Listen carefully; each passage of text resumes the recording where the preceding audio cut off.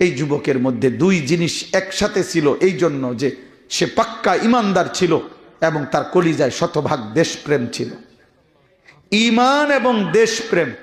যেদিন শাহাদাত বরণ করে, যেদিন প্রথম গুলির আঘাত খায়, সেদিন তার শেষ নামাজ ছিল জুমার নামাজ।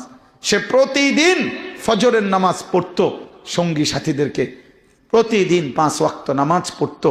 সে হযরত বলতেছেন তার সাথী, একসাথে পড়ুয়া সাথী ভাই বলছেন যে সে হাফেজ কোরআন ছিল, সে আল্লাহর কোরআন পড়তো, সে মাদ্রাসার ছাত্র ছিল, পাক্কা মুমিন ছিল এবং ফজরের নামাজ সহ 5 ওয়াক্ত নামাজ পড়তো।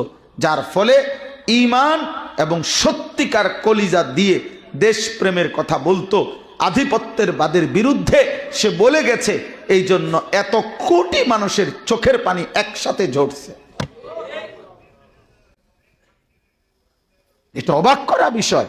আরো 100 বছর পৃথিবী মনে রাখবে যে এক যুবকের জন্য এই পরিমাণ আলেম, গায়রা আলেম, হাফেজ কোরআন।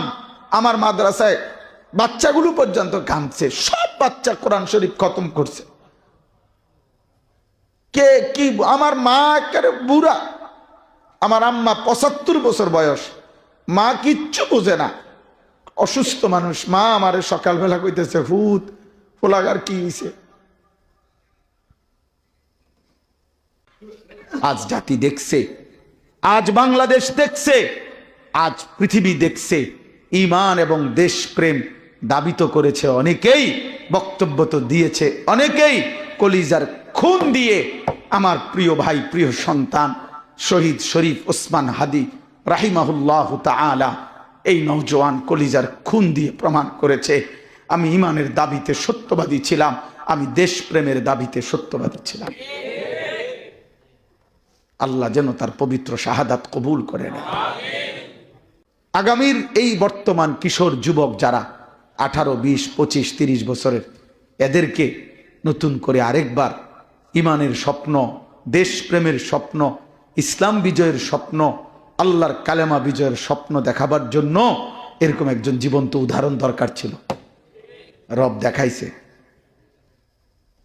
যে 33 বছর বয়সী এক যুবক। আমি আমার বুঝ হওয়ার পরে আমি দেখি না, আমার শায়েখ নিজে বলতেছেন, আমার শায়েখ আল্লামা মুফতি মুশতাকুন নবী কাসেমি হযরত কালকে রাত্র কথা বলতে গিয়ে বলছে, মাওলানা এই যুবকের মধ্যে দুই জিনিস একসাথে ছিল, এই জন্য যে সে পাক্কা ইমানদার ছিল এবং তার কলিজায় শতভাগ দেশপ্রেম ছিল। ঈমান এবং দেশপ্রেম। যেদিন শাহাদাত বরণ করে, যেদিন প্রথম গুলির